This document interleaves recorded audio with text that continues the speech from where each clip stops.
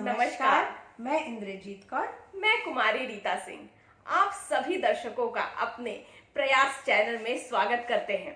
और आपने हमारे पहले वीडियो को इतना सराहा, इतना प्रोत्साहित किया और इतना प्यार दिया, इसके लिए आपको हम तहे दिल से आभार व्यक्त करते हैं। आपकी पसंद हमारा प्रयास है, आपकी प्रेरणा हमारा उत्साह है। तो चलिए अपने इस प्यार उत्साह को हमारे लिए आगे बढ़ाते रहिए, लुटाते रहिए, ताकि अपना प्रयास हम आगे बढ़ाते रहें, आपके लिए अलग अलग कोशिशें करते रहें। तो चलिए आज हम स्पर्श भाग 2 की पार्ट 2 मीरा के पद के साथ उपस्थित हैं, उसकी व्याख्या और उसके अंदर से सिर्फ और सिर्फ आपके लिए ढूंढे गए प्रश्नों के साथ।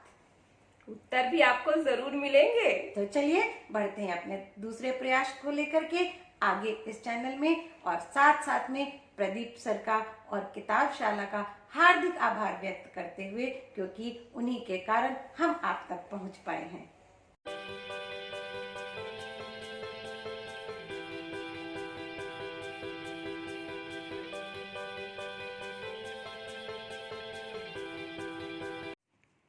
मीराबाई पार्ट 2।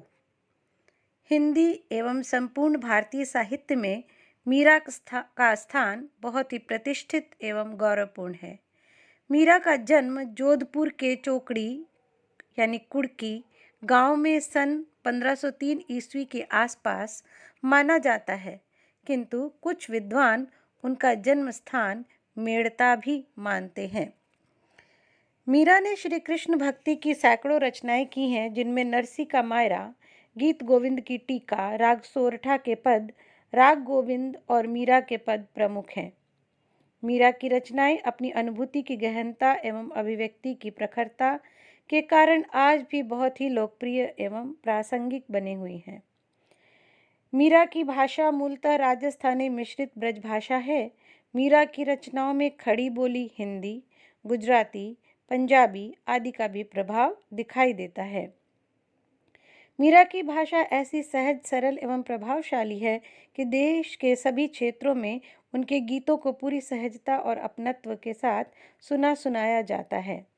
मीरा की कविताएं मूलतः गीति काव्य हैं। उनके काव्य में विविध गायन शैलियों, छंदों को देखा जा सकता है। मीरा की कविताएं मूलतः भक्ति रस की हैं, किंतु श्री कृष्ण के प्रेमाश्रय के कारण संयोग एवं वियोग, श्रृंगार उनकी कविता का प्रमुख गुण दिखाई देता है। शांत रस एवं करुण रस में भी उनके कई पदों की रचना हुई है।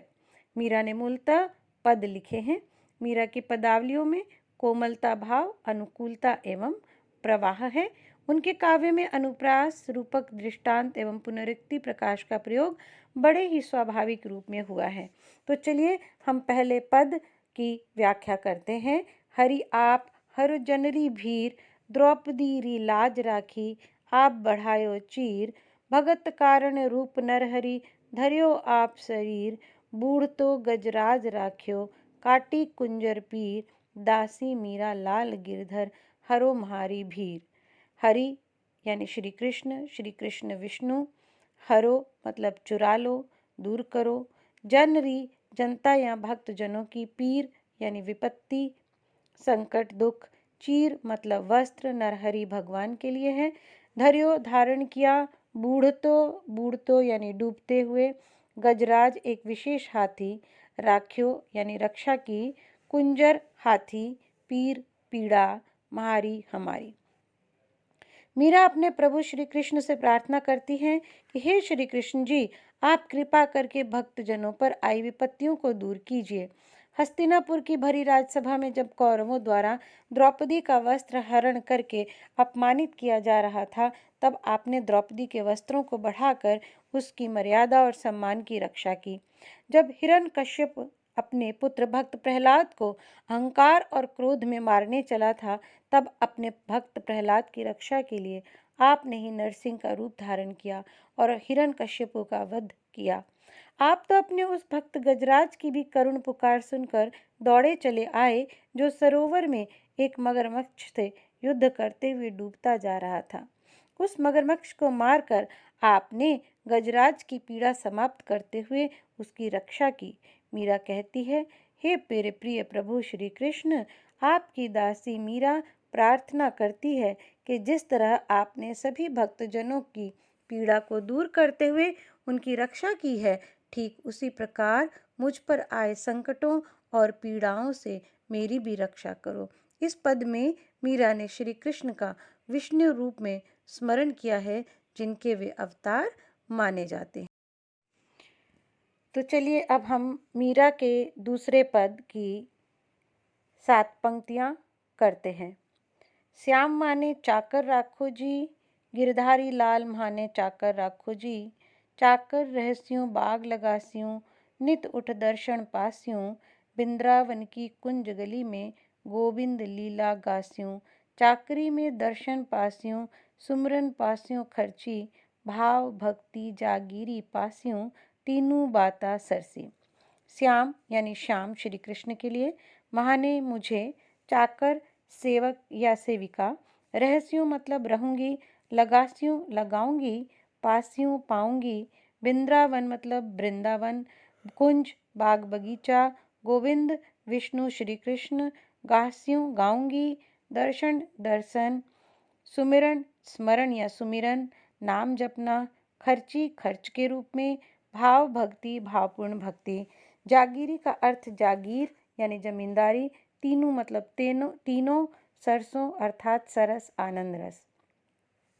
मीरा इस पद की इन पंक्तियों में प्रार्थना करती हैं कि हे श्री कृष्ण जी, आपसे विनती है कि आप मुझे चाकर रख लीजिए और सेविका के रूप में काम करने का अवसर दीजिए। आपके लिए क्या भार है इसमें, आप तो गिरधारी हो। हे गिरधारी लाला, मुझे चाकर रख लीजिए, इसमें आपको मुझे कुछ देना भी नहीं पड़ेगा। सेविका का काम करते हुए आपके महल के आसपास फूलों और फलों का सुंदर बाग बगीचे में लगाऊंगी और वहीं से सुबह सुबह उठते ही महल की खिड़कियों और झरोखों पर आपके दर्शन का सौभाग्य भी पाऊंगी।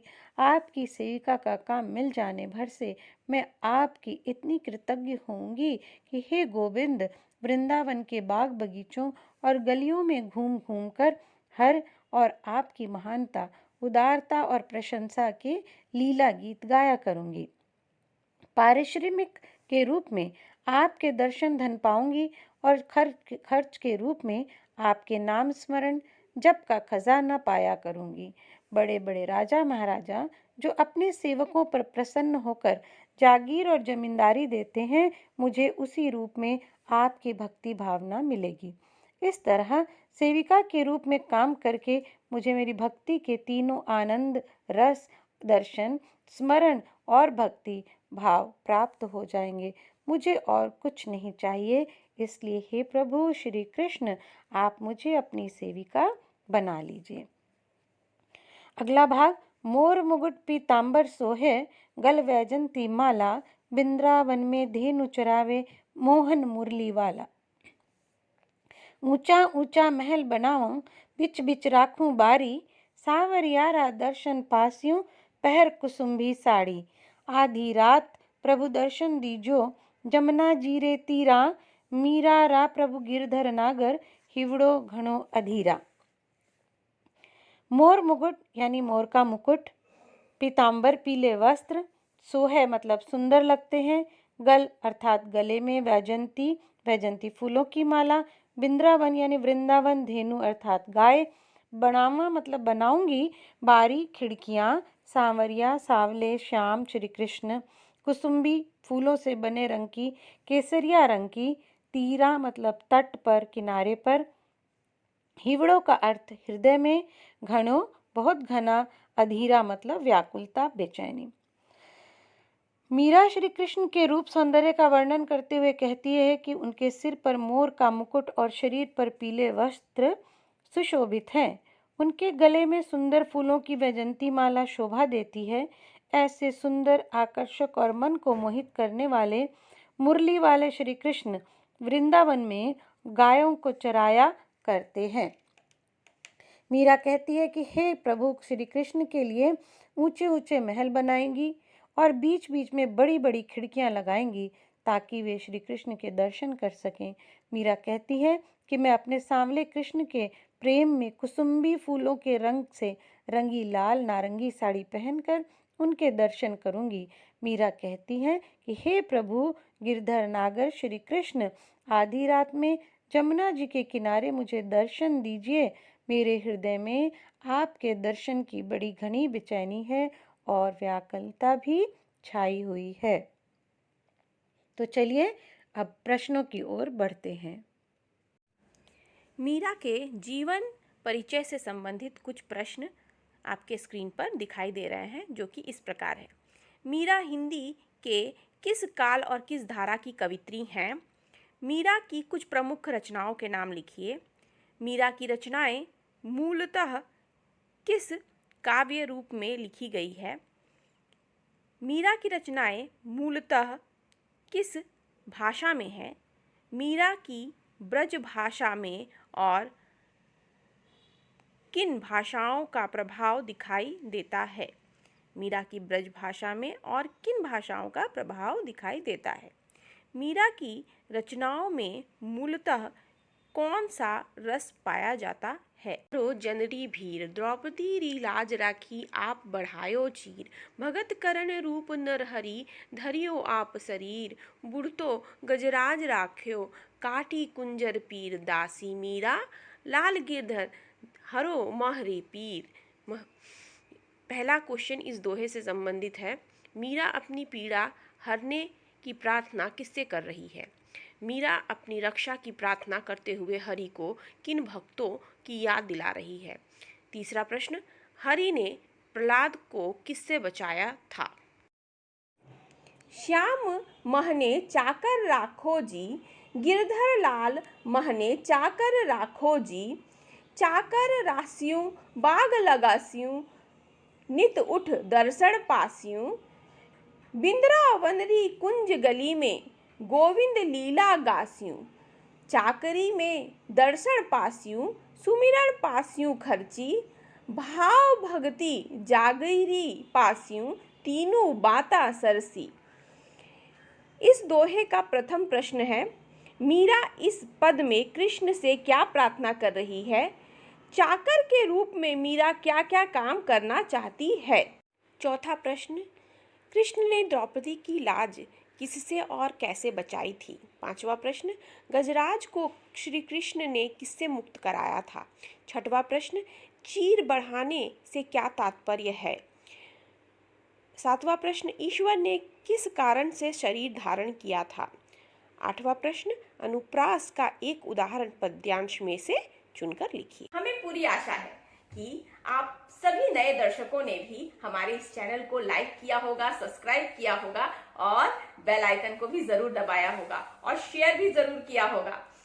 उत्तर पाने के लिए आपको हमारे डिस्क्रिप्शन बॉक्स में जाना होगा, वहां दिए गए लिंक को आपको क्लिक करना होगा, आपको आपके संभावित उत्तर वहां मिल जाएंगे। जो नए दर्शक हैं, यदि उन्हें डिस्क्रिप्शन बॉक्स खोलने में असुविधा हो रही होगी तो यह जानकारी आपके लिए जरूरी है, क्योंकि आपने चूंकि हमारे चैनल को सब्सक्राइब किया है तो ऑटोमेटिक आपको हमारा नेक्स्ट वीडियो, उत्तर वाला वीडियो आपके स्क्रीन पर दिखाई देने लगेगा। चूंकि आप कृपया इस वीडियो को 3-4 बार देखें, ऑटोमेटिक आपके स्क्रीन पर उत्तर वाला वीडियो जो है वो दिखाई देने लगेगा, आप घबराए नहीं। तो इस तरह से हमारा ये दूसरा प्रयास यहीं पर समाप्त होता है। अगले तीसरे प्रयास के लिए मनुष्यता पाठ के साथ हम फिर से हाजिर होंगे। स्वस्थ रहिए, सुरक्षित रहिए। जय हिंद, जय भारत। धन्यवाद। मोर मुगट पीतांबर सोहे, गल बैजंती माला, बिंद्रावन में धेनु चरावे मोहन मुरली वाला, ऊंचा ऊंचा महल बनाओ बिच बिच राखूं पारी, सांवरियारा दर्शन पासियों पहर कुसुम्बी साड़ी, आधी रात प्रभु दर्शन दीजियो जन्मा जी रे तीरा, मीरा रा प्रभु गिरधर नागर हिवड़ो धड़ो अधीरा। इस पद में मीरा ने किसके रूप का वर्णन किया है? श्री कृष्ण जी का। श्री कृष्ण का रूप कैसा है? सिर पर मोर पंख मुकुट और तन पर पीले वस्त्र। कृष्ण वृंदावन में क्या करते हैं? मीरा ऊंचा महल कहाँ बनवाना चाहती है? मीरा महल के बीच में क्या रखवाना चाहती है? मीरा सांवरिया कृष्ण के दर्शन क्या पाक पहनकर करना चाहती है? मीरा कहाँ और कब श्री कृष्ण से दर्शन देने की प्रार्थना कर रही है? हिवड़ो घड़ो अधीरा से कवित्री का क्या तात्पर्य है? मीरा के इस पद में उनकी किस भक्ति के दर्शन होते हैं? मोर मुकुट मोहन मुरली में कौन सा अलंकार है? ऊंचा ऊंचा और बीच बीच में प्रयुक्त अलंकार कौन सा है?